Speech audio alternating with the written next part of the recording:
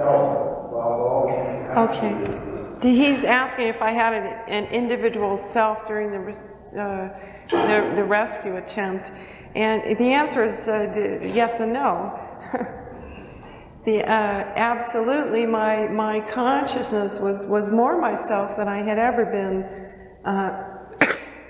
during the whole context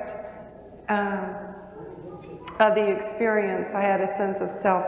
I didn't have a sense of control in the sense that we have a sense of control and we act according to our own volition in this life. My self was already a being, an essence, a spiritual reality that I had developed in this life and that I took with me into the next life. So it was already something that had been created, and what happened as a result of my own beingness and the essence of my reality, as opposed to a conscious decision or an act of volition, such as acts that we have in this realm of existence. However, there was a sense of selflessness, and that was, to me, the apex of any sense of rapture and peace and bliss, was a sense of absolute selflessness, and that was when I was dissolved, you might say, in the light. I was simply in and of and because of the light, and that was my ultimate home, simply to be in and of and because of that light, and not to be an individual, self or consciousness. So, yes. How can we, he's saying that in many of the near-death, he has two friends that have had these experiences, and in both instances there has been a pronouncement that it is not time. And you're asking now what? How? It seems strange to me that this concept of time that the concept of time. Well, there seems to be, it seemed to me that there are two things going on in this life, that we all have a certain destiny and purpose to fulfill on this plane of existence for the good of all of mankind, not just for ourselves. In order to do that, we have to exist in a place in time. And time is part of the creation, so time is relevant because physical life is enacted in the realm of space and time.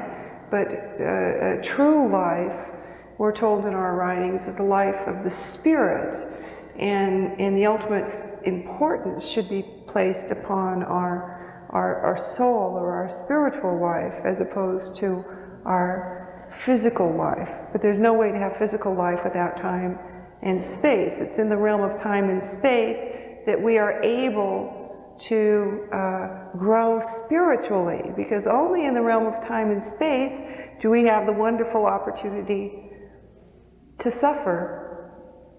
I know that sounds very strange to you, and you'll have to forgive me, but I suppose sometimes people who've had especially multiple near-death experiences are somewhat odd. Myself included, because our perception is entirely different. I didn't tell you about my first near-death experience, but this came as a result of what was the first onset of multiple sclerosis as a result of having rheumatic fever at the age of 6. I went into multiple sclerosis, which if you usually encounter it before the age of 10 is almost 100% fatal, but very rare instances people live through it. And it was during that time that I was completely vegetative and really locked in a completely useless body, that I had a near-death experience as a child. It was Kenneth Ring out of the University of Connecticut, who I wrote the experience for, who then called me up and informed me that this was a near-death experience. I hadn't labeled it as such because I actually hadn't been pronounced clinically dead for an extended period of time. But in this childhood experience, when I was brought back to the body by a grandfather, my grandfather, that I had never met, who had actually died when my mother was 6 months old, when I was brought back to the body and I was grieving at the very idea of coming back into this physical life, especially to this horribly useless body that was, you know, I had bed sores and it was just constant. Any awareness that I would have would be of pain and limitation and whatnot. And when I was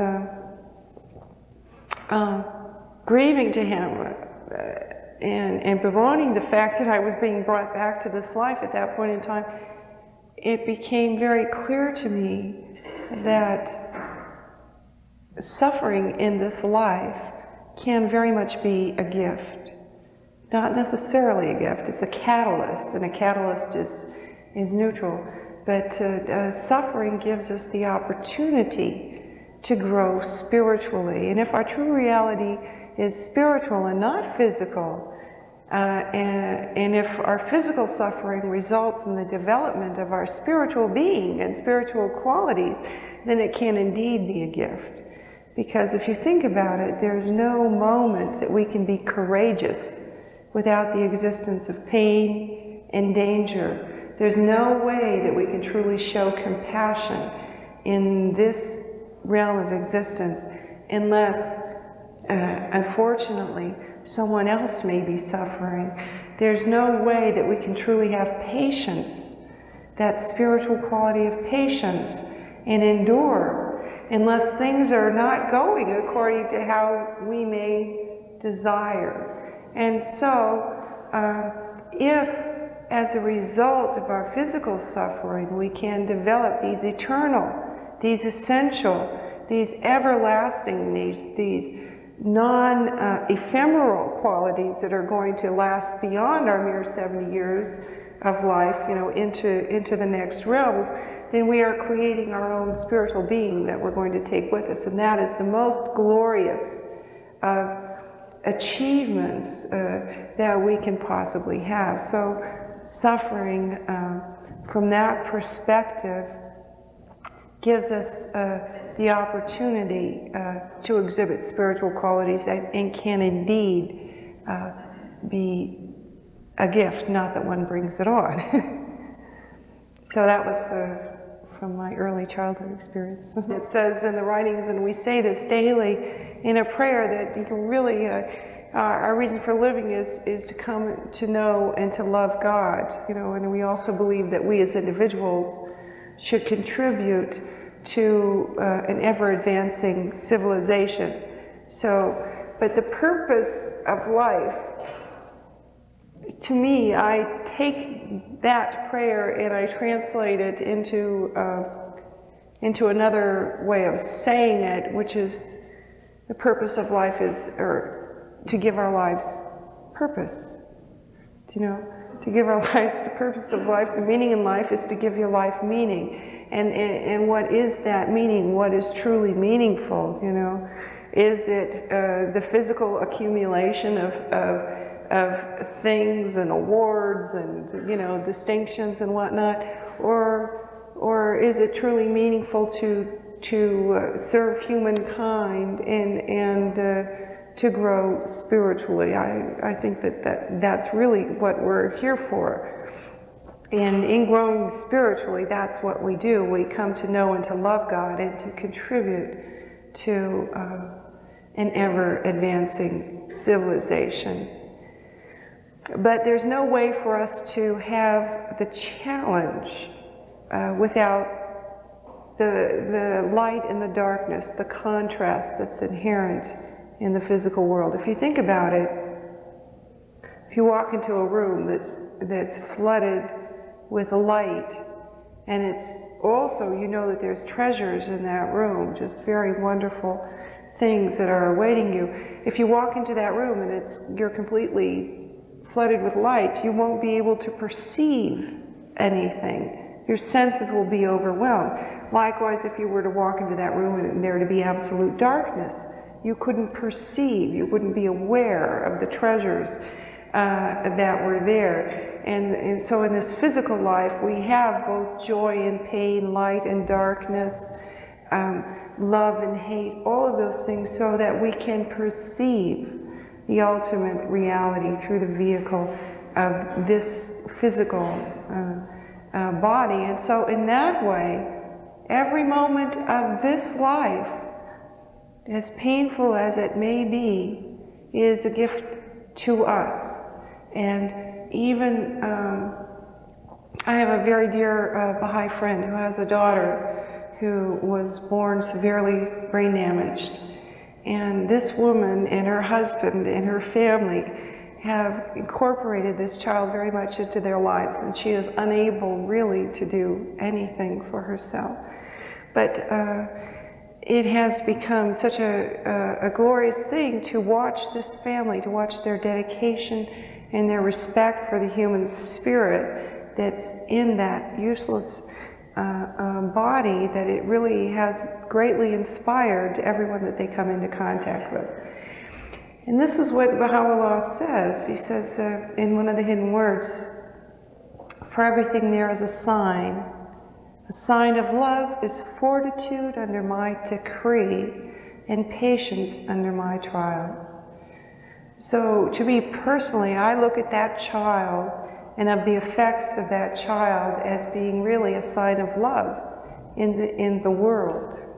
She's a teacher for us all, and she's brought about great and beautiful and really glorious qualities in herself, and by her being, you know, by her mere patience and enduring, and in her family, those people who she comes into contact with.